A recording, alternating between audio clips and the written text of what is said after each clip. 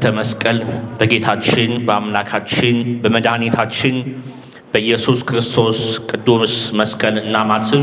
በስመ አብ ወወልድ ወመንፈስ ቅዱስ አሐዱ አምላክ አሜን። የምንማማርበት ወይንም ደግሞ የምንቆይበት ርዕሳችን የሚሆነው የኢየሱስ ስም የሚል ይሆናል። የኢየሱስ ስም ለእኔ ወንጌል ለማስተምረው ለባሪያው የማስተምርበትን አንደበት እናንተም የምትሰሙበትን እዝነ ልቦና እንዲሁም ደግሞ ወንጌል ተምረን የእግዚአብሔርን ቃል ሰምተን ወደ ሕይወታችን ተግብረን የተወደደ ያማረ ለመንግሥተ ሰማያት የሚያበቃ እግዚአብሔርን የሚያስደስት መንፈሳዊ ፍሬ እንድናፈራ መንፈስ ቅዱስ ለሁላችን ይርዳን ያግዘን። ወንጌል ስንሰማ ወደ ልባችን ቃሉ እንዳይገባ ጆሮአችን ላይ ተቀምጦ የሚከለክለውን አጋንንት እግዚአብሔር ይገስጽልን። ጉባኤያችንን መንፈስ ቅዱስ ይቆጣጠርልን። የኢየሱስ ስም እስኪ በሉ፣ ጮክ በሉ። የኢየሱስ ስም አይሰማም። የኢየሱስ ስም ዛሬ የምንማማርበት የትምህርታችን ርዕስ የሚሆነው ይሄ ነው። የዛሬ ብቻ ሳይሆን የሁል ጊዜ ትምህርታችን፣ የሁል ጊዜ ስብከታችን፣ የሁል ጊዜ ምስጋናችን ኢየሱስ የሚለው ስም ነው። ቤተ ክርስቲያናችን ቅዳሴዋ፣ ቤተ ክርስቲያናችን መሐሌቷ፣ ቤተ ክርስቲያናችን ሰዓታቷ፣ ቤተ ክርስቲያናችን ስብከቷ ኢየሱስ የሚለው ስም ነው። ኢየሱስ የሚለው ስም ለአዲስ ኪዳን ለሰው ልጆች ሁሉ የተሰጠ የመዳን ስም ነው። ዛሬ ይህንን ስም እንመለከተዋለን። ዛሬ ይህንን ስም እንማረዋለን። ዛሬ ይህንን ስም እናመሰግነዋለን። ሐዋርያት ሥራ ምዕራፍ 3 ከቁጥር 1 እስከ ቁጥር 10 እንደዚህ ይላል። ጴጥሮስና ዮሐንስም በ9 ሰዓት ለጸሎት በአንድነት ወደ ቤተ መቅደስ ወጡ። ከእናቱ ማኅፀንም ጀምሮ እግሩ ሽባ ሆኖ የተወለደ አንድ ሰው ነበር። ወደ መቅደስም ከሚገቡት ምጽዋት ይለምን ነበር። ሁልጊዜም ሰዎች እየተሸከሙት መልካም በሚሏት በመቅደስ ደጃፍ ያስቀምጡት ነበር። ጴጥሮስንና ዮሐንስንም ወደ መቅደስ ሲገቡ አይቶ ምጽዋት ይሰጡት ዘንድ ለመናቸው። ጴጥሮስም ከዮሐንስ ጋር ትኩር ብሎ ተመለከተውና ወደ እኛ ተመልከት አለው። ወደ እነርሱም ተመለከተ። ምጽዋት እንደሚሰጡትም ተስፋ አድርጎ ነበር። ጴጥሮስም ወርቅና ብር የለኝም፣ ያለኝን ግን እሰጥሃለሁ። እነሆ በናዝሬቱ በኢየሱስ ክርስቶስ ስም ተነስተ ሂድ አለው። በቀኝ እጁም ይዞ አስነሳው። ያን ጊዜም እግሩና ቁርጭምጭሚቱ ጸና፣ ዘሎም ቆመ። እየሮጠና እየተራመደም ሄደ። እግዚአብሔርንም እያመሰገነ ከእነርሱ ጋር ወደ ቤተ መቅደስ ገባ። ሕዝቡም ሁሉ እግዚአብሔርን እያመሰገነ ሲመላለስ አዩት። እርሱም መልካም በምትባለው በመቅደስ ደጃፍ ተቀምጦ ምጽዋት ይለምን የነበረው እንደሆነ አወቁት። በእርሱም ከሆነው የተነሳ መገረምና መደነቅ ሞላባቸው ይላል።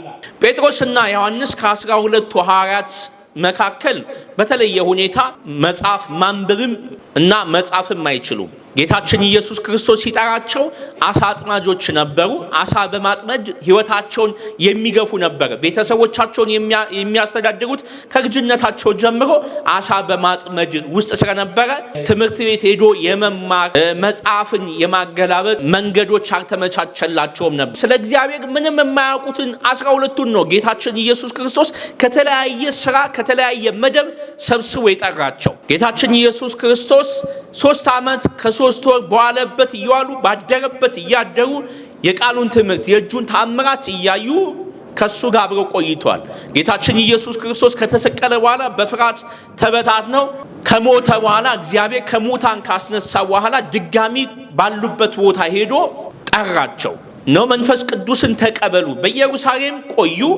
በኢየሩሳሌም ቆይታችሁ መንፈስ ቅዱስ ይወርድላችኋል፣ እርሱ ዕውቀትን ይሰጣችኋል፣ እርሱ ሁሉን ነገር ይገልጥላችኋል ብሎ ነገራቸው። ወደ ሰማይ ያረገና በአባቱ ቀኝ ኢየሱስ ክርስቶስ ተቀመጠ። ሐዋርያት በኢየሩሳሌም ቆዩና እንደምታውቁት ጌታችን ኢየሱስ ክርስቶስ በተነሳ በ50ኛው ቀን ባረገ በ10ኛው ቀን መንፈስ ቅዱስ በተሰበሰቡበት ቤት መጣና በውስጣቸው መንፈስ ቅዱስ ሞላባቸው። ሙሉ ዕውቀትን ሰጣቸው። ከስነ ፍጥረት ከአዳም ጀምሮ ጌታችን ኢየሱስ ክርስቶስን እስካገኙበት ቀን ድረስ ያለውን ነገር በሙሉ መንፈስ ቅዱስ ገለጠላቸው። መንፈስ ቅዱስ ዕውቀትን ብቻ አይደለም የሰጣቸው፣ በዓለም ያሉትን ሰዎች የሚግባቡበትን ቋንቋ ሁሉ ገለጠላቸው። መንፈስ ቅዱስ እንዳደረባቸው ወደ ከተማ፣ ወደ አደባባይ፣ ወደ ኢየሩሳሌም ወጥተው በልዩ ልዩ ቋንቋ መስበክ ጀመሩ። ኢየሱስ ክርስቶስን መግለጥ ጀመሩ። እንደሆነ ገዢ እንደሆነ ፈጣሪ እንደሆነ ስለኛ ብሎ እንደሞተ እግዚአብሔርም ከሞት እንዳስነሳው መስበክ ጀመሩ። የሐዋርያት ሥራ ምዕራፍ 2ን ስንመለከት መንፈስ ቅዱስ ከሞላባቸው በኋላ ጴጥሮስ ሰብኮ 3000 ሰው መልሷል። 3000 ሰው ነው በአንድ ስብከት የመለሰው ጴጥሮስ። እዛ አንድ ቀን እዚህ የሐዋርያት ሥራ ዛሬ የምንመለከተውን ምዕራፍ 3 ላይ እንደርሳለን። አንድ ቀን ጴጥሮስና ዮሐንስ ተያይዘው መልካም ወደምትባለው ወደ ቤተ መቅደስ ወጡ። ማለት በአይሁድ ስርዓት ቤተ መቅደስ የሚገነባው በከፍ ባለ ቦታ በተራራ ቦታ ነው የሚገነባው። ደረጃዎች አሉ። ያንን ደረጃ አንድ ሰው ወጥቶ ነው ወደ ቤተ መቅደሱ የሚገባው። እግዚአብሔር ለሙሴ ያዘዘው በተራራ ወይንም በተለየ ስፍራ ቤተ መቅደስ እንዲሰራ ስለሆነ ያዘዘው፣ አይሁዶች ይህንን ልማድ ይዘው ቤተ መቅደስን ከፍ ባለ ቦታ ነው የሚሰሩት። ያ ቤተ መቅደስ የጸሎት ቤት ነው። ሁሉም ሰው ጠዋት 3 ሰዓት፣ ቀን 6 ሰዓት፣ ማታ 9 ሰዓት ገብቶ በዛ በቤተ መቅደስ ሲሰበሰብና ይጸልያል። ብሉይ ኪዳንን ይማራል። የአይሁድን ሕግና የሙሴን ሕግ ይማሩ ነበር አይሁዶች። አንድ ቀን ጴጥሮስና ዮሐንስ እንደተለመደው 9 ሰዓት ሲሆን ከቀኑ 9 ሰዓት ሲሆን ወደዚህ ቤተ መቅደስ ወጡ። የቤተ መቅደሱ ስም ማን ነው? መልካም የሚባል ነው። ለምሳሌ እኛ ቤተ ክርስቲያን ስንሰራ የማርያም ቤተ ክርስቲያን፣ የመድኃኔዓለም ቤተ ክርስቲያን፣ የሚካኤል፣ የገብርኤል እንደምንለው በዛን ጊዜ የነበረው ቤተ መቅደስ ስሙ መልካም የሚባል ነው። በዚህ መልካም በሚባለው ቤተ መቅደስ ደጃፍ ላይ አንድ ከእናቱ ማህፀን ጀምሮ ሽባ ሆኖ የተወለደ ሰው በዛ ደጃፍ ተቀምጦ ይለምን ነበር። ይህ ሰው እድሜው 40 ዓመት ነው። አይራመድም፣ አይንቀሳቀስም። ሰዎች አዝለውት ነው ወደ ቤተ መቅደሱ ያወጡትና ጠዋት ላይ በዛ በደጃፍ ላይ ያስቀምጡታል፣ ይሄዳሉ። ማታም እንዲሁ አዝለውት ይወርዳል፣ ወደ ቤቱ ያስገቡታል። ያ ቤተ መቅደስ ታዋቂ ቤተ መቅደስ ነው። ወደዛ ቤተ መቅደስ የሚገባ የሚወጣ ሁሉ ምጽዋት ይሰጠው ነበረ። ይህ ሰው በጣም ፌመስ ነው። በከተማውም በዛ ቤተ መቅደስም አካባቢ በጣም ታዋቂ ሰው ነው። ታዲያ አንድ ቀን እንደለመደው በዛ ቤተ መቅደስ ደጃፍ ላይ በውጭ በኩል ቁጭ ብሎ እየለመነ ጴጥሮስና ዮሐንስ ቤተ መቅደሱ ሊገቡ ሲሉ ይህ ሰውዬ ለመናቸው። ስለ እግዚአብሔር ያላችሁን መጽውቱኝ አለ። ያው ስራው መለመን ስለሆነ የገባውን የወጣውን መለመን ነው ስራው። ሰውየው ጉዳዩ ከገንዘብ ጋር ነው። ገንዘብ የሚሰጠውን ያመሰግናል፣ የማይሰጠውን ያልፍና ሌላ ሰው ይለምናል። እናንተን እዚህ ጋር እየለመናችሁ ሌላ ሰው ይለምናል። ዮሐንስና ጴጥሮስን ለመናቸው። ያላችሁን ስጡኝ አላቸው። ከዛ ሊገቡ ብለው ቆሙና ዞር አሉ። ጴጥሮስና ዮሐንስ ዞር ብለው ትኩር ብለው ተመለከቱት። ትኩር ብለው ሲመለከቱት ሕይወቱን በሙሉ መንፈስ ቅዱስ ገለጠላቸው። ከእናቱ ማህፀን ጀምሮ ሽባ እንደሆነ አወቁ። ሲወለድ ሽባ ሆኖ ተወልዶ ሽባ ሆኖ እንዳደገና በዚህ ቦታ ረጅም ጊዜ እንደሚለምን መንፈስ ቅዱስ ገለጠላቸው። ከሱ በኋላ ብዙ ተአምራት እንደሚሰራ ከሱ በኋላ ብዙ ተአምራት እንደሚደረግ ስለተመለከቱና ስለተገነዘቡ ትኩር ብለው ተመልክተውት ወደ እኛ ተመልከት አሉት። ወደ እኛ ተመልከት ማለት ምን ማለት ነው? ሐሳብና ልብህን በሙሉ ለኛ ስጥ ማለት ነው። ትኩረትን ወደ እኛ እያሉት ነው። ለምን? እነሱን እየለመነ ሌላም ሰው ሲገባ ሌላም ሰው በዚህ ጋር ይለምናል። ሐሳቡ እንዳይበታተን መጀመሪያ ወደኛ ተመልከት፣ ትኩረትን ወደኛ አጋሩት። ተመልከት ስላሉት ወደ እነሱ አደረገ። ምን ይሰጡኝ ነው ዛሬ አለ። ምክንያቱም ቆሙ ትልልቆች ናቸው። ያው ዮሐንስ ወጣት ነው፣ ጴጥሮስ ደግሞ በእድሜ ጠና ያለ ነው፣ ትልቅ ሰው ነው። ስለዚህ ትልቅ ሰዎች ናቸው፣ ብዙ ነገር ይሰጡኝ ነው ብሎ አሰበ። ለምን? በጣም ትኩር ብሎ ነው ያዩት። በቃ ትልቅ ነገር ይሰጡኝ ነው ብሎ አሰበ። ጴጥሮስ እና ዮሐንስም እንደዚህ ትኩር ብሎ ሲያዩት ብዙ ብር በቃ እንደሚሰጡት አመነ። ዛሬ በቃ ዘጋው፣ የቀኔን አበል ዘጋው፣ የወሬን ሁሉ ነው የሚሰጡኝ ብሎ ሲጠብቅ ጴጥሮስ ወዲያውኑ ወርቅና ብር የለኝም ማለት ያስደነግጣል። ወርቅና ብር የሚጠብቅ ለማኝ ወርቅና ብር የለኝም ማለት አጠብቅ እያለው ቆመን ትኩር ብለን ስናይ ወደኛ ተመልከት ስንል ዓለማዊ ገንዘብ ምግብ የምትገዛበትን መጠጥ የምትገዛበትን ወይንም ደግሞ የቤት ኪራይ የምትከፍልበትን ገንዘብ አንሰጥም አሉት። የለንም አሉት። ምንም የለንም፣ ምንም አንሰጥም፣ ገንዘብ የለንም። ነገር ግን ማንም ሊሰጥ የማይችል ማንም ሊጠብቀው የማይችለው አንተም ደግሞ እስከ ዛሬ ስትኖር ልጠብቀው የማትችለውን አንድ ትልቅ ነገር እንሰጣለን። ከገንዘብ ሁሉ በላይ የሆነ ስም፣ ከሀብት ሁሉ በላይ የሆነ ስም እንሰጣለን ብለው በናዝሬቱ በኢየሱስ ክርስቶስ ስም ተነሳና ሂድ ሲሉት ያ ከእናቱ ማህፀን ጀምሮ ሽባ ሆኖ ተወልዶ 40 ዓመት ሙሉ የኖረ ሰውዬ ብድግ አለና ዘሎ ቆመ።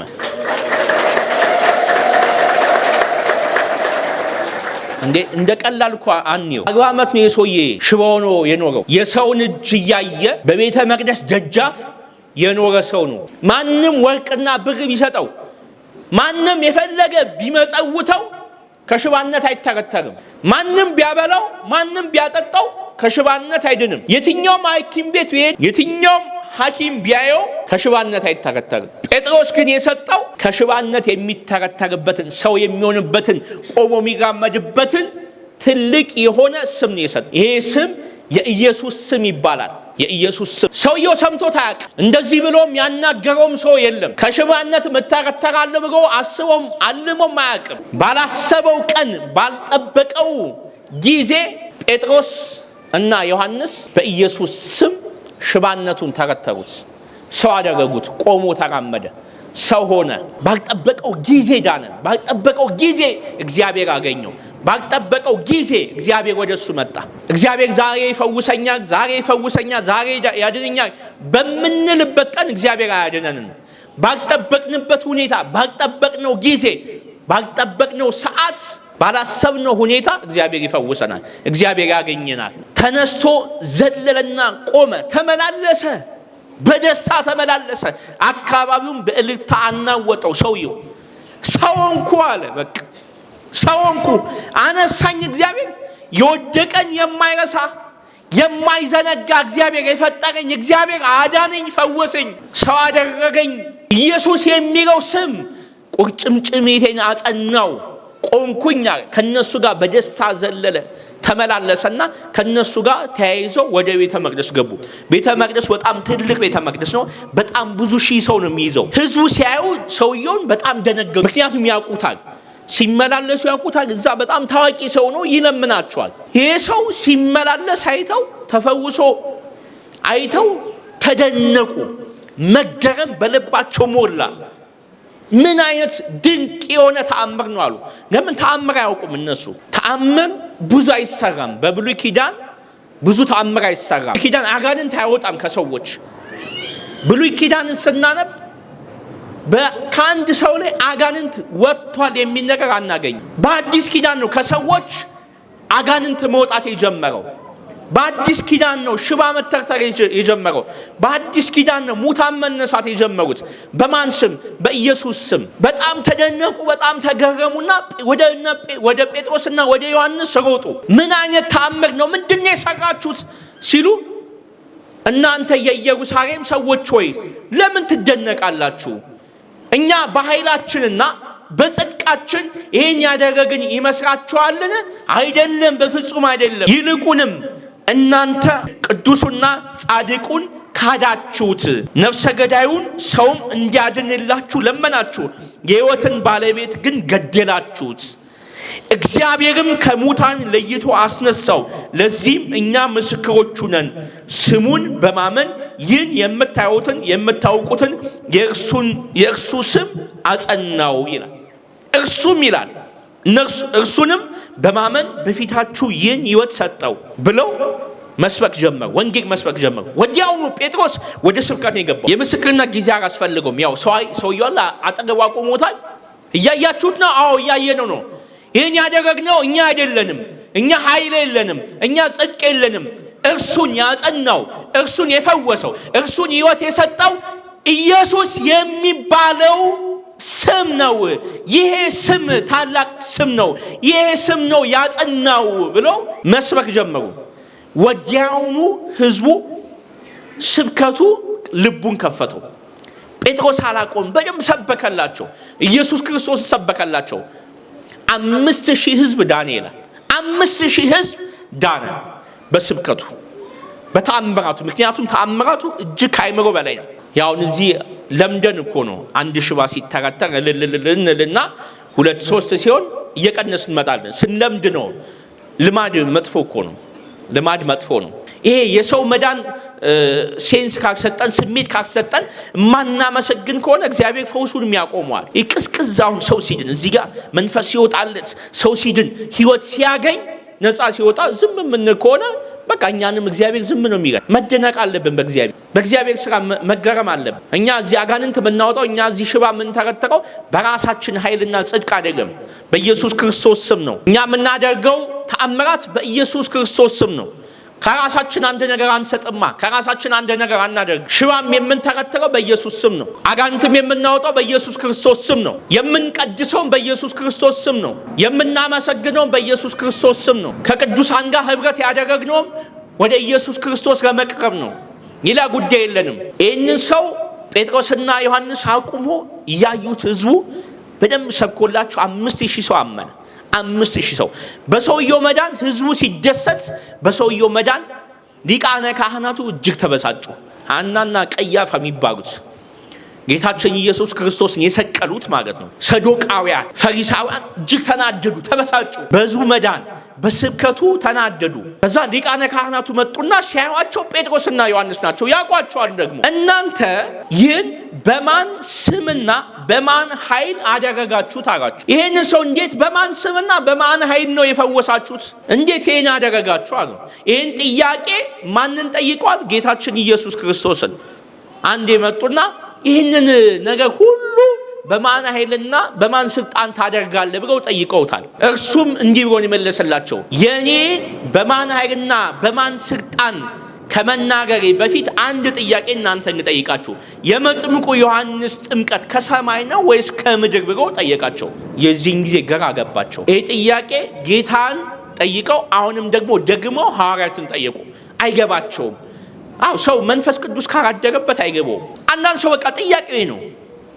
እንዴት ነው እስኪ አጋንንት የምታወጡት እንዴት ነው? ይመጡና ያው እዛ ሶሻል ሚዲያው ላይ ምናምን ይሳደባሉ። ፕሮፋይላቸውን ደብቀው ምን ይላሉ? በውጪ እንደዛ ናቸው። በአካል ግን ሲያገኙን እስኪ እንዴት ነው መንፈስ የምታስጮት? እንዴት ነው አጋንንት የሚጮህ? በማን ስም ነው? በምንድን ነው? እስኪ እጿን ስጡን ይላሉ። እስኪ እንጨቱ ምንድነው ኃይሉ? እስኪ ማጮው እኛም ብናገኝ እኮ ብናስጮህ ደስ ይለናል ይላሉ። ይሄ ጥያቄ አሁንም አለ። ምን ጠየቀው ጥያቄ ነው። በማን ስም ነው የምታደርጉ? በምን ኃይል ነው? በምን ዕፅ ነው? የኛ ዕፃችን ኢየሱስ ነው። በኢየሱስ ስም አጋንንት እናወጣለን። በኢየሱስ ስም ሽባውን እንተረተራለን። የኛ ዕፃችን ማን ነው? ኢየሱስ ክርስቶስ። ይሄ ዕፅ ደግሞ የዘላለም ሕይወት የሆነ ዕፅ ነው። የሕይወት ዕፅ፣ የሕይወት ዛፍ፣ የሕይወት ምግብ፣ የሕይወት ውሃ ነው ኢየሱስ። ከስም ውጪ አጋንንት አይወጣም። ከስም ውጪ ሽባ አይተረተርም። ከስም ውጪ ሙት አይነሳም። ግን በዕፅ የሚያምኑ ሰዎች በቃ እንጨት ዕፅ ማለት እንጨት እንደ ወይራ ምናምን ወይ እየተጨሰ ወይ ተቀብሮ ምናምን የሚመስራቸው ሰዎች አሉ። እና ማስረዳትም ይከብዳል። ለነሱ ማስረዳት ይከብዳል። ስለዚህ መጠየቅ ይሻላል። ጥያቄውን ወደ እነሱ ገለበጠባቸው ጌታችን ኢየሱስ ክርስቶስ። አትም እንዲህ ነው የተጠየቁት። ጴጥሮስና ዮሐንስም መጡና በማን ስምና በማን ኃይል ይሄን ታደርጋላችሁ ሲሏቸው እንዲህ አሉ። ያን ጊዜ በጴጥሮስ ላይ መንፈስ ቅዱስ ሞላበትና እንዲህ አላቸው፣ እናንተ የሕዝብ አለቆችና ሽማግሌዎች ሆይ ስሙ። ዛሬ ለበሽተኛው በተደረገው ረድኤት ምክንያት በእናንተ ዘንድ እኛ የሚፈረድብን ከሆነ እንግዲያ ይህ ሰው በምን ዳነ? እንግዲህ እናንተ ሁላችሁ የእስራኤልም ወገን ሁሉ እናንተ በሰቀላችሁት እግዚአብሔርም ከሙታን ለይቶ ባስነሳው በናዝሬቱ በኢየሱስ ክርስቶስ ስም ይህ ሰው እንደዳነና በፊታችሁም እንደቆመ በእርግጥ እወቁ። ይህ እናንተ ግንበኞች የናቃችሁት ድንጋይ ነውና እርሱም የማዕዘን ራስ ሆነ። መዳንም በሌላ በማንም የለም ከሰማይ በታች እንድንበት ዘንድ የሚገባን ለሰው የተሰጠ ሌላ ስም ከቶ የለምና አሏቸው። ምስክርነት፣ የዘላለም ምስክርነቴ ነው። እናንተ የገደላችሁት ነገር ግን እግዚአብሔር ያስነሳው በኃይሉና በስልጣኑ ከሞት በተነሳው በናዝሬቱ በኢየሱስ ክርስቶስ ስም ነው ይሄ ሰው የተፈወሰው የጸናው ብለው ነገሯቸው። በመዳኑ ሰውየው በመዳኑ ብቻ ሳይሆን ህዝቡ በመዳኑ 5000 ህዝብ ነው በአንድ ጊዜ ዳነው። ያ ሁሉ ሲደረግ አልቻሉም። በጣም ተናደዱ፣ በጣም ተበሳጩ። በቃ እነዚህ ሰዎች መጥፋት አለባቸው። ያንን ኢየሱስ የሚሉትን ገደል ነው፣ እንደገና ከሞት ተነሳ፣ እንደገና አረገ። አሁን ደግሞ ደቀ መዛሙርቱ ተነሱብን፣ ሐዋርያቱ ተነሱብን፣ ተከታዮቹ ተነሱብን። መቀመጥ መቆም አልቻልንም። እያወኩን ነው አሉ። መንፈሳቸው እየታወከ ነው። ውስጣቸው ያለው አጋንንት እየተናደደ ነው። ኢየሱስ የሚለው ስም ራሱ ያበሳጫቸው ነበር። አሁን ኢየሱስ ሲባል ውስጣችን የሆነ ጥሩ ያልሆነ ስሜት ከተሰማን የኢየሱስ ክርስቶስ ተቃዋሚ ውስጣችን አለ ማለት ነው። መንፈስ አለ ማለት ነው ውስጣችን። አንድ ሰው ኢየሱስ ሲል የሆነ ምንደነግጥ ከሆነ የሚደነግጥ መንፈስ ውስጥ አለ ማለት ነው። ምክንያቱም ስሙ ያስደነግጣል። አሁን ኢየሱስ ብለን ስናስተምር አንዳንድ ሰዎች ምንድነው ታድሶነት መናፍቅነት እያሉ ግራ የሚገባቸው ሰዎች አሉ። ይሄ ወንጌልን አለማወቅ ነው። ወንጌልን አለመረዳት ነው። ኢየሱስ ለማን የተሰጠው? ለማን የተሰጠው? ለኛ። ኢየሱስ የተሰጠው ለኛ ሆኖ ለምን ሌሎች ሰዎች ሰጠን? ሌሎች እንዲጠሩት ለምን አደረግን? የመናፍቃን ስም አርገን እኮ እስከ ማሰብ ደረጃ ነው የደረስነው። ኢየሱስ የሚል ሰው መናፍቅ አድርገን እስከ ማሰብ። ለምን ሰባኪያንም አሁን መስበክ እየፈሩ መጡ። አይ ኢየሱስ ብዬ ብሰብክ መናፍቅ ባል ይሆን፣ ታድሶ ባል ይሆን፣ ህዝቡ ምን ያስብ ይሆን እያሉ መፍራት ጀመሩ። እንሰብከው ዘንድ እኮ ወንጌል የተጻፈ ግን ኢየሱስ ነው። ብሉይ ኪዳን በሙሉ የሚናገረው ምሳሌነቱ ስለ ኢየሱስ ክርስቶስ ነው። አዲስ ኪዳን ስለ ኢየሱስ ክርስቶስ ነው። ሐዋርያት የደከሙት፣ የሰበኩለት፣ የታሰሩለት፣ የተገረፉበት፣ የሞቱበት ስም ኢየሱስ ክርስቶስ ነው። ቅዱሳን ሰማዕታት ዋጋ የከፈሉለት ስም ነው ኢየሱስ ክርስቶስ።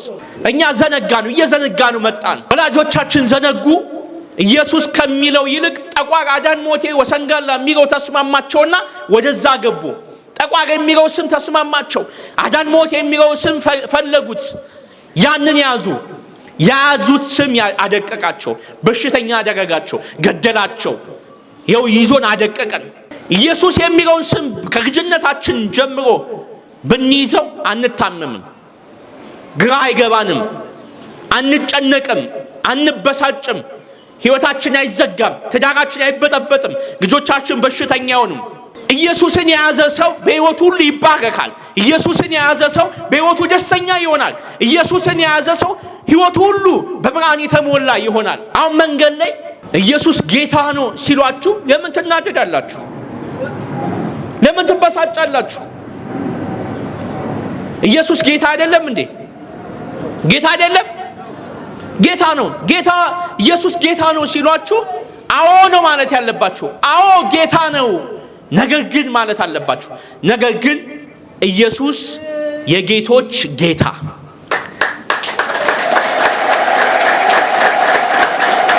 የአማልክት አምላክ፣ የነገስታት ንጉስ ነው ማለት አለባችሁ። ለምን? ጌታማ ብዙ ጌቶች አሉ በምድር ላይ። ዛሬ የሚያመልከውም ጌታ ነው ብሎ የሚያመልከው፣ ጠቋር አዳን ሞቴ የሚያመልከውም ጠቋር አዳን ሞቴ ጌቴ ነው ብሎ ያመልከዋል። ዛፍም የሚያመልከው፣ ድንጋይም የሚያመልከው፣ ልዩ ሃይማኖት የሚያመልከው ነገር እሱ ጌታው ነው። የኛ ኢየሱስ ግን የነዚህ ሁሉ ፈጣሪ፣ የጌቶች ጌታ፣ የነገስታት ንጉስ፣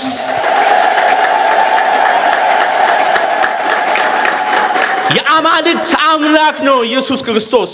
ይሄን ነው መስበክ ያለባችሁ። በምትሄዱበት መንገድ ሁሉ ስበኩት፣ ኢየሱስን ስበኩት። የጌቶች ጌታ ነው፣ የነገስታት ንጉስ ነው፣ የአማልክት አምላክ ነው። ጉልበት ሁሉ ለሱ ይንበረከክ ዘንድ ያስፈልጋል ማለት አለባችሁ። ቤተክርስቲያናችን ውስጥ ያለው ጽላት ዋናው የተጻፈው ምን ይላል መሰላችሁ? ጉልበት ሁሉ ለኢየሱስ ክርስቶስ ይንበረከክ ዘንድ ይላል። ሁል ሁላችንም ለታቦት ለጽላቱ ምን ሰግደው ለኢየሱስ ክርስቶስ ነው። ጉልበት ሁሉ ለኢየሱስ ክርስቶስ ይንበረከክ ዘንድ ይላል። ጉልበት ሁሉ የሚንበረከከው ለኢየሱስ ክርስቶስ ነው። ጉልበት ሁሉ የሚሰግደው ለኢየሱስ ክርስቶስ ብቻ ነው።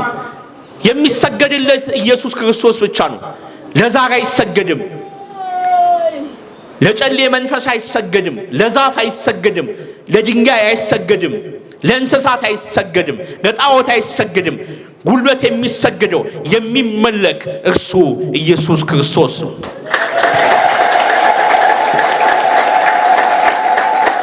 መዳን በማንም የለም። በዛር አይዳንም፣ በጠቋር አይዳንም፣ በድግምት አይዳንም፣ በሟርት አይዳንም፣ በአውደ ነገሥት አይዳንም። የሚዳነው በኢየሱስ ስም ብቻ ነው። ይህን ነው የምንናገረው። የኛ ህይወት፣ የኛ ማንነት፣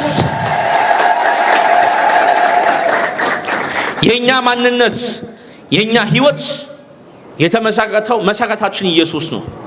ክርስቲያን ብለን የተጠራ ነው፣ በስሙ የተጠራ ነው ክርስቶስን በማመናችን ነው። ክርስቶስን ማመናችን ደግሞ የሚገለጠው በብዙ ነገር ነው። ክርስቶስን ታምናላችሁ? ክርስቶስን ታምናላችሁ? እስኪ የሚያምን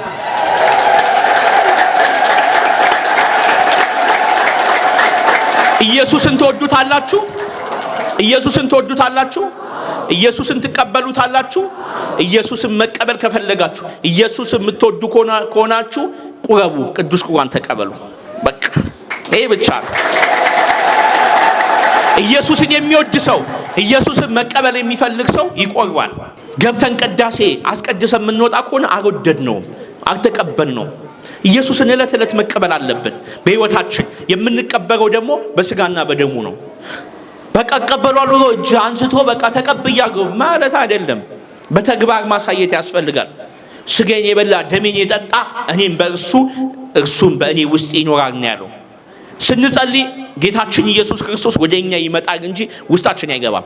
ውስጣችን የሚገባው የዮሐንስ ወንጌል ምዕራፍ 6 እንዳለው ስጋዬን የበላ ደሜን የጠጣ እኔ በእርሱ ውስጥ እኖራለሁ እርሱም በእኔ ውስጥ ይኖራል። በቃ ይሄ ነው።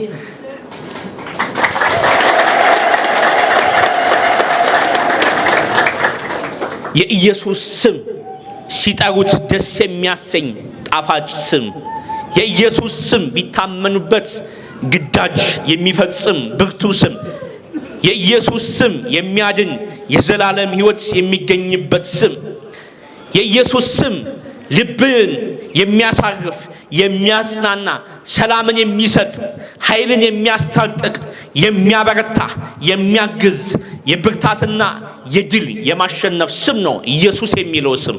ክብር ምስጋና ይግባው።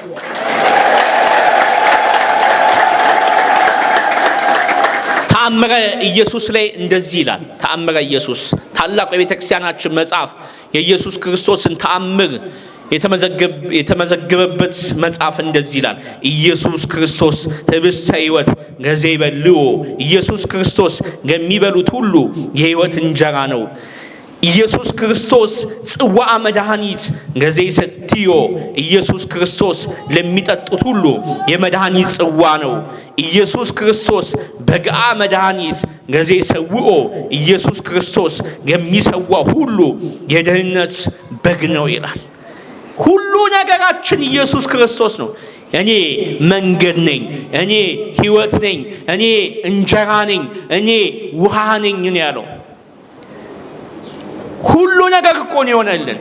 መንገድ እኔ ነኝ ካለ እርሱን ይዘን ነው መሄድ ያለብን። ሕይወታችን ሁሉም መጓዝ ያለብን ኢየሱስን ይዘን ነው። ከጧት ስንነሳ በማለዳ አሐትብ ገጼ ወኩለንታዬ፣ በጌቴ በቅድስት ሥላሴ ስም መላ ገጼን አማትባለሁ በስመ አብ ወልድ መንፈስ ቅዱስ አሐዱ አምላክ ብለን በኢየሱስ ክርስቶስ ስም ብለን ጸሎታችን አድርሰን ከዛ ነው መንገዳችን መጀመር ያለብን። ስንወጣ ኢየሱስ ክርስቶስ ከፊቴ ይቅደም፣ ቀኔን ሁሉ በአንተ ስም ጀምሬያለሁ፣ በአንተ ስም ቀኔን ባርኬያለሁ፣ አንተ ከኔ ጋር ሁን ብለን ስንጓዝ ቀናችን ሁሉ ያማረ ይሆናል፣ ቀናችን ሁሉ የሰመረ ይሆናል። ስንበላ ስንጠጣ በኢየሱስ ክርስቶስ ስም የተባረከ ይሁን ብለን ስንበላ ምግብ ይሆነናል። የማያሳምም በሽታ የሚያውን መልካም ምግብ ይሆንልናል። ስንሰራ ስንነግድ በኢየሱስ ክርስቶስ ስም እነግዳለሁ፣ በኢየሱስ ክርስቶስ ስም እሰራለሁ ስንል ስራችንና ንግዳችን ሁሉ የተባረከ ይሆናል። ስንማርም በኢየሱስ ክርስቶስ ስም ይህን ትምህርት ጀምሬያለሁ ብለን ብንማር እርሱ ያስፈጽመናል። ሕይወታችን ሁሉ በኢየሱስ ክርስቶስ ስም ነው ማድረግ ያለብን። ስንጋባም ጋብቻችንን በኢየሱስ ክርስቶስ ስም ነው ማድረግ ያለብን። ቤተ ክርስቲያን ተገኝተን ቆርበን ነው መጋባት ያለብን። በኢየሱስ ክርስቶስ ስም ነው ትዳራችን መጀመር ያለብን። አሁን የብዙ ሰው ትዳር እየተበላሸ ያለው እየተጋባ ያለው ኦይ ኦይ ኦይ በሚለው ነው። ጨሰው አዋራው ጨሰው እያለ ይጋባና ትዳር ሁሉ የጨሰ ይሆናል። ትዳር ሁሉ የተበጠበጠ ይሆናል። የሚወለዱት ልጆች ሁሉ የተበላሹ ይሆናሉ። ዓለማውያን ይሆናሉ። ለምን? በዓለማዊነት ነው ያገባ ነው። በአጋንንት ተጋብተን ልጆቻችን እንዲባረኩ አንጠብቅ። በዓለማዊ ዘፈን በጭፈራ ተጋብተን በዓለማዊ በአጋንንት ተባርኮልን ትዳራችን እንዲባረክ አንጠብቅ። ሁሉ ነገራችን መጀመር ያለብን በኢየሱስ ስም ነው። ልጆችንም ስንወልድ የወለድናቸውን ልጆች በየቀኑ በኢየሱስ ክርስቶስ ስም እንባርካቸው።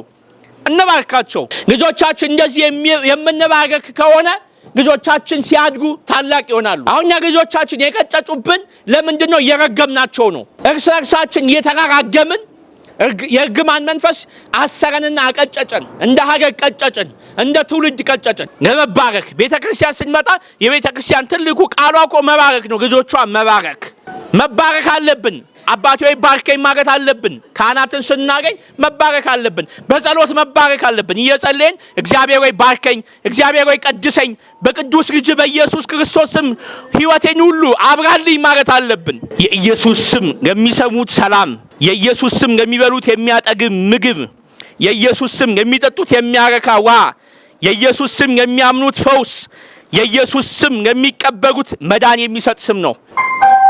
የጌታችን የኢየሱስ ክርስቶስ ስም ከእናንተ ጋር ይሁን። በኢየሱስ ክርስቶስ ስም ባረኳችሁ። በኢየሱስ ክርስቶስ ስም ተባረኩ። ሕይወታችሁ የተባረከ ይሁን። ዘመናችሁ የተባረከ ይሁን። ኢየሱስ ክርስቶስ ጠላታችሁን ይደምስስላችሁ። ሕይወታችሁ ይባረክ። ዘመናችሁ ይባረክ። በጌታችን በኢየሱስ ክርስቶስ ስም ተባረኩ። የጌታችን የኢየሱስ ክርስቶስ ጸጋና ሞገስ በረከት ከእናንተ ጋር ይሁን። ይቆየን።